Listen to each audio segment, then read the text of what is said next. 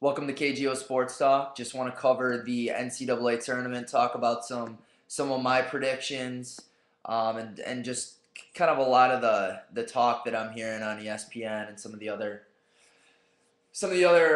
sports channels here. Kind of first things first, I want to get into the number one seeds. I think this year really it's this tournament is completely wide open. It's definitely the most wide open tournament that I can remember.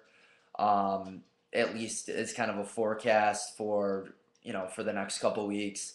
I mean, Ohio State being the number one overall seed, this team, lost to Wisconsin on the road. Um, Wisconsin's obviously a very difficult place to play, but I will say this: Wisconsin uh, last week scored 33 points in a game.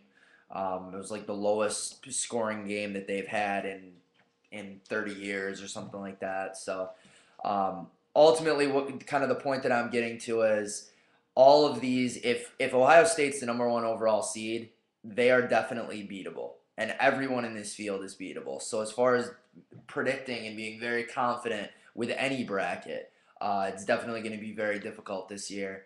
Uh, Kansas, just to kind of go down the line, Kansas is a strong team. I think the strongest team in the tournament. I think a lot of people would agree with me. Um, Now, the problem with Kansas is obviously if the Morris twins don't show up or they're having a mediocre game and somebody is really hitting shots from outside, Kansas State, with Jacob Pullen, you know that that happened to Kansas a few weeks ago, obviously, where Kansas State was lighting it up. Jacob Pullen in particular had 38 points and took the game over and really took it to him. Beat Kansas. Kansas does have a couple losses this year, so they are certainly beatable. I mean, we're not talking about any undefeated teams going into March Madness this year, and certainly with Duke and Pittsburgh, it goes without saying. Duke is not invincible this year. Duke lost to Virginia Tech, who wasn't even a tournament team. Should have gotten in, I thought. But more than that, obviously, everybody's heard about it. Colorado should have gotten in this tournament. They're 5-6 versus the top 50 this year.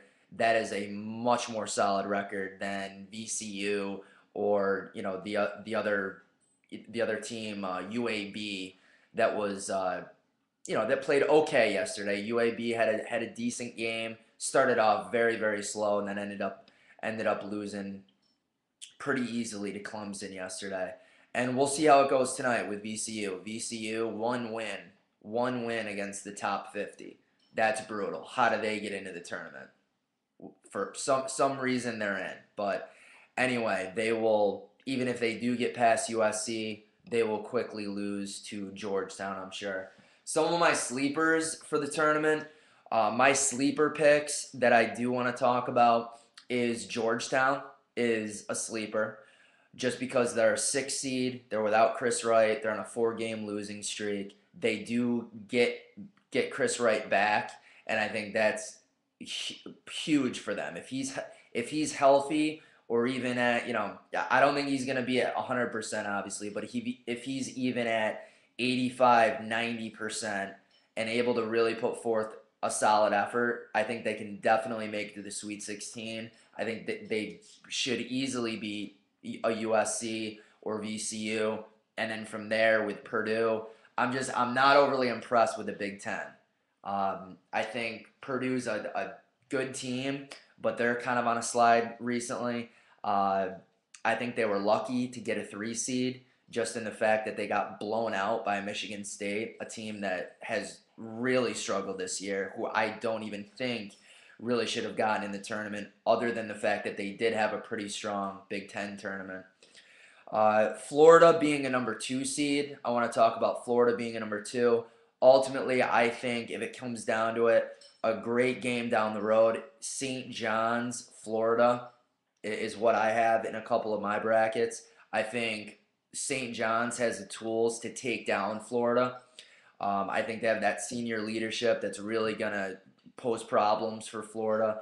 And certainly if Florida's jacking a bunch of threes like they normally do, and if they're cold or shooting, below 30%, they're going to be in some deep trouble, I think, against an experienced team like St. John's. Hopefully that happens. I don't foresee BYU. Obviously, everybody's talked about it. BYU, I don't see them getting past the round of 32. Everybody's jumping on the bandwagon with UConn. I do like UConn, but the thing is, UConn does have 9+ losses this year. You could 9 or 10 losses on the year. So you're talking a team that has a considerable amount of losses. Obviously had a huge Big East tournament, and they certainly should receive a pat on the back for that phenomenal effort. 5 wins in 5 days. That's awesome.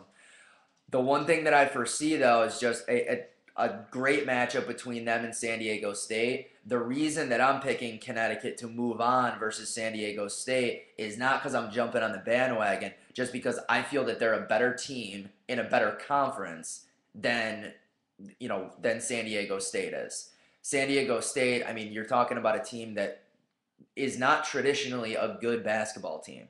They have a great coach in the former Fab Five coach, and the guy from Michigan, his Fisher, I believe his name is. But I don't foresee San Diego State taking down a Big East team like Connecticut, even though they're inexperienced.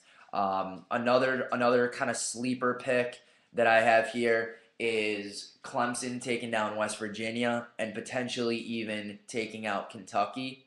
I think that's going to be a great matchup. Certainly, West Virginia and Clemson, two experienced teams, can definitely pose problems for a very young Kentucky team. Down the road, just with SU, obviously SU's got a strong team this year, but they're a roller coaster. They're up and down. I would like to see Syracuse make it out of the first weekend. I've got them getting past Xavier, and then also getting past North Carolina. North Carolina's a really young team. This team started really slow, extremely slow. Wasn't even in the top 25 until about a month, 4 to 5 weeks ago. So this team has come on late, but they're still very young. How are they going to react against an experienced Syracuse team?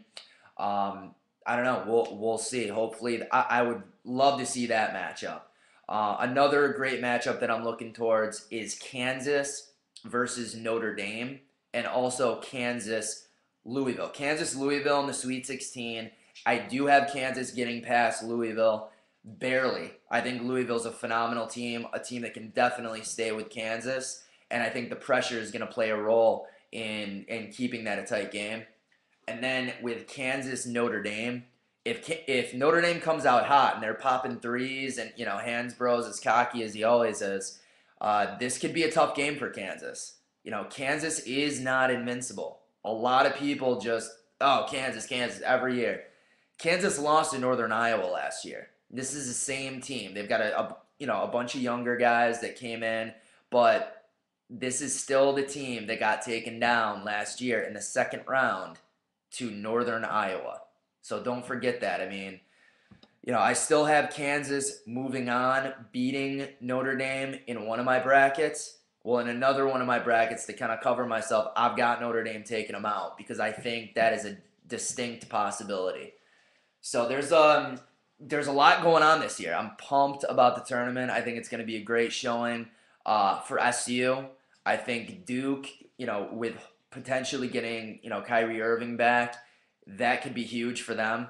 I mean, ultimately, I do think Texas will take them out, but depending on how well Kyrie Irving's playing, and if he's still healthy enough to play into the Sweet 16, we'll see how that matchup shakes out with them in Texas or Arizona. I'm leaning towards Texas in this case. I've got Texas even reaching the Final Four in one of my brackets. So we'll see how everything shakes out.